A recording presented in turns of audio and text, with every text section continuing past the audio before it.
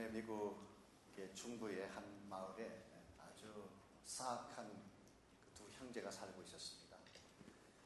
폭력을 행사해서 사람들의 물건을 빼앗고 또 마약과 도박을 통해서 수많은 사람들을 착취하며 사는 아주 악질 형제였습니다. 그래도 불구하고 주일에는 꼭 교회에 출석을 합니다. 또 헌금도 제법 많이 했다고 합니다. 그런 사람일수록 더 신실하게 보이고 싶어하는 그런 심리 때문이겠죠. 그러던 중 어느 날 그 형이 갑자기 사고로 세상을 떠나게 됐습니다.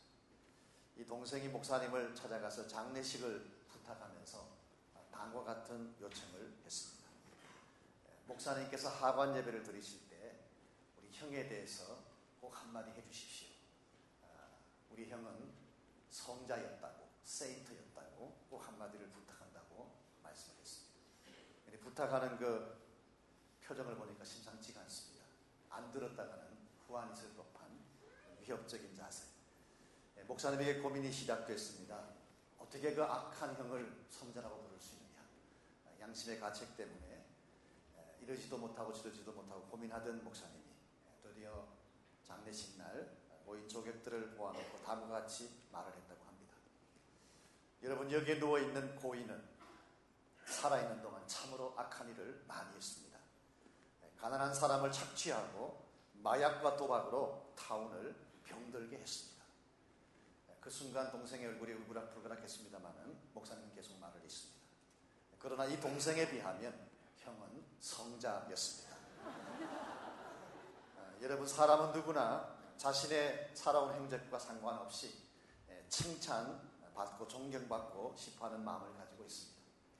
그러나 나의 삶은 아무렇게나 하면서도 사람들에게 성자라는 칭호를 받고 잘 살았다는 칭찬의 말을 듣는다고 하는 것은 사실상 앞뒤가 맞지 않습니다. 우리가 정말 존경받고 칭찬받기를 원한다면 우리의 신분에 합당한 삶을 살아야 됩니다. 하나님께서는 여러분과 저를 그리스도인으로 불러주셨는데 우리가 진실로 그리스도인다운 대접을 받으려면 크리스찬답게 살아야 된다는 것입니다. 우리가 진실로 예수의 제자로서 대접을 받으려면 제자의 신분에 합당한 삶을 살아가야지 그게 합당한 대접을 받을 수가 있을 것입니다. 오늘 수많은 사람들이 크리스찬 삶을 살고 있습니다만은 오늘 현대 그리스도인의 문제 중에 한 가지를 지적해야 된다면 세상에 사는 사람들과 우리의 모습이 구별이 없다는 것입니다. 세상이 흘러가는 대로 똑같이 흘러갑니다. 세상 사람들이 생각하는 사고방식대로 오늘 우리도 살아가고 있습니다. 세상이 절망을 하면 우리도 똑같이 절망하며 사는 우리의 모습. 세상과 그리스도를 구별할 수 없을 때에 세상은 크리스찬들에게 주목하지 않습니다. 우리가 무슨 일을 해도 그들에게 영향을 끼칠 수가 없습니다. 그러므로 진실로 여러분과 제가 하나님 안에서 바른 그리스도인의 삶을 살아가려면 무엇인가 달라야 합니다. 세상이 가지고 있지 않는 것을 우리가 소유해야 됩니다. 세상이 보지 못하는 것을 볼 수 있어야 됩니다. 아니, 더 적극적인 의미에서 세상 사람들이 목말라하고 갈급해하는 것을 나누어 줄 수 있는 존재가 될 때에 우리가 있는 그곳에서 하나님이 기뻐하시는 향기로운 열매를 맺는 삶을 살아갈 수가 있습니다.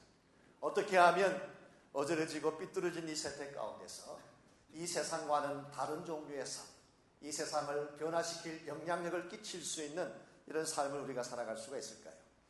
여기에 대한 문제를 오늘 주신 본문의 말씀을 가지고 함께 정리해 보려고 합니다. 오늘 같이 읽은 이 본문에 보시면 베드로 사도의 행적이 오늘 본문에 기록되어 있습니다. 이 사도행전서의 구조를 보면 여러분 기억하시겠지만 1장부터 6장까지는 물론 성령께서 주도적인 역할을 하셨지만 인간적인 측면에서 보자면 사도 베드로가 주역의 역할을 많이 감당을 했습니다. 예루살렘 교회의 오순절의 역사가 일어날 때도 베드로가 그 중심에 있었고 교회가 부흥되고 확장되는 과정에서도 베드로가 중심 역할을 한 것을 볼 수가 있습니다. 그런데 6장 이후에 환란의 바람이 불어오면서 6장부터 9장까지의 내용에는 사울이라고 하는 사람이 등장을 했습니다. 그래서 지난주까지 같이 공부한 것처럼 사울의 개종 사건과 사울의 변화가 가져왔던 열매들을 우리가 공부할 수가 있었죠. 그런데 오늘 본문을 시작점으로 다시 베드로의 사역이 등장을 합니다. 이와 같은 베드로의 사역은 12장까지 계속됩니다마는 우리가 32절 말씀 보면 베드로가 등장은 안 했지만 그동안 사방으로 다니면서 여러 가지 많은 사역을 했다는 사실을 오늘 본문에서 확인할 수가 있습니다. 때에 베드로가 사방으로 두루 행하다가 룻다에 사는 성도들에게도 내려갔더니 베드로가 여러 곳을 다니던 중에 특별히 룻다라는 지역을 방문했습니다.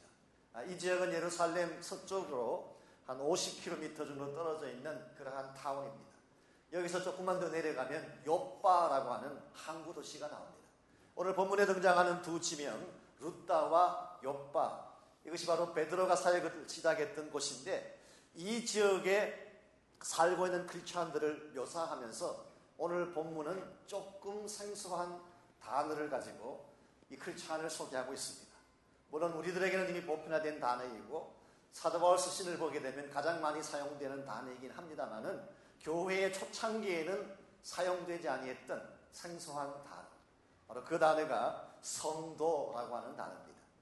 두 번 오늘 본문에 등장하는데 32절에서 성도들이란 단어가 나오고 41절에 보면 욥바에 살고 있는 크리스찬들을 묘사할 때 성도들이란 단어를 쓰고 있습니다. 이 성도들이라고 하는 것은 영어로 saints, 우리가 성자라고 번역할 수 있는 그런 단어이죠. 그래서 그런지 많은 사람들이 이 saint라고 하는 단어를 보면 완벽한 사람이나 흠없는 자를 지칭한다고 생각하기가 참 쉽습니다. 캐톨릭 교회에서는 이야기하듯이 수십 년간 고행을 하고 수많은 기적을 행하고 완벽한 삶을 사는 자에게만 붙여지는 칭호가 세인트라고 생각을 합니다만은, 그러나 오늘 본문에 등장하는 이 성도의 개념은 그것과 조금 다른 개념입니다. 헬라말로 하기오스라는 이 단어는 사실은 구별된 자라는 뜻을 가지고 있습니다. 디프런트하다는 것입니다. 세상에 살고 있는 사람들과 구별된 존재가 성도라고 성경은 밝히고 있습니다. 하나님의 택한 백성이 되었다는 면에서 세상에 사는 사람과 구별된 존재이죠. 예수 그리스도의 피로 죄사함 받고 거듭났다는 차원에서도 구별된 존재라고 할 수가 있습니다. 무엇보다도 하나님의 뜻과 목적을 향하여 살아간다는 면에서 볼 때도 세상에 사는 사람들과는 구별된 존재라고 부를 수가 있을 것입니다. 베드로전서 2장 9절에 보면 사도 베드로는 이와 같은 크리스찬의 독특한 존재 가치를 묘사하면서 다음과 같은 표현을 사용했습니다. 오직 너희는 택하신 족속이요, a chosen people, 왕같은 제사장이요, royal priest, 거룩한 나라요, 그의 소유된 백성이니 이런 너희도 너희를 어두운 데서 불러내어 그의 기이한 빛에 들어가게 하신 자의 아름다운 덕을 선전하게 하려 하심이라고 묘사를 했습니다. 하나님 앞에서 여러분과 저는 분명히 특별한 존재입니다.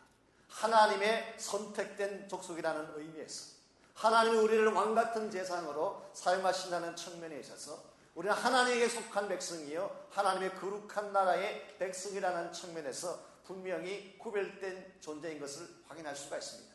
이와 같이 우리가 하나님 안에서 구별된 존재이기 때문에 마땅히 우리가 살아가야 될 삶의 방향도 달라져야 됩니다. 베드로전서 2장 9절은 그 방향이 무엇이라고 했습니까? 너희를 어두운 가운데서 불러내어 기이한 빛에 들어가게 하신 자, 하나님의 아름다운 덕을 선전하게 하려 함이라고 성경은 우리에게 설명해 주고 있습니다. 이런 측면에서 오늘 여러분과 저는 분명히 세상에 사는 일반적인 사람과는 다른 종류의 삶을 살아야 됩니다.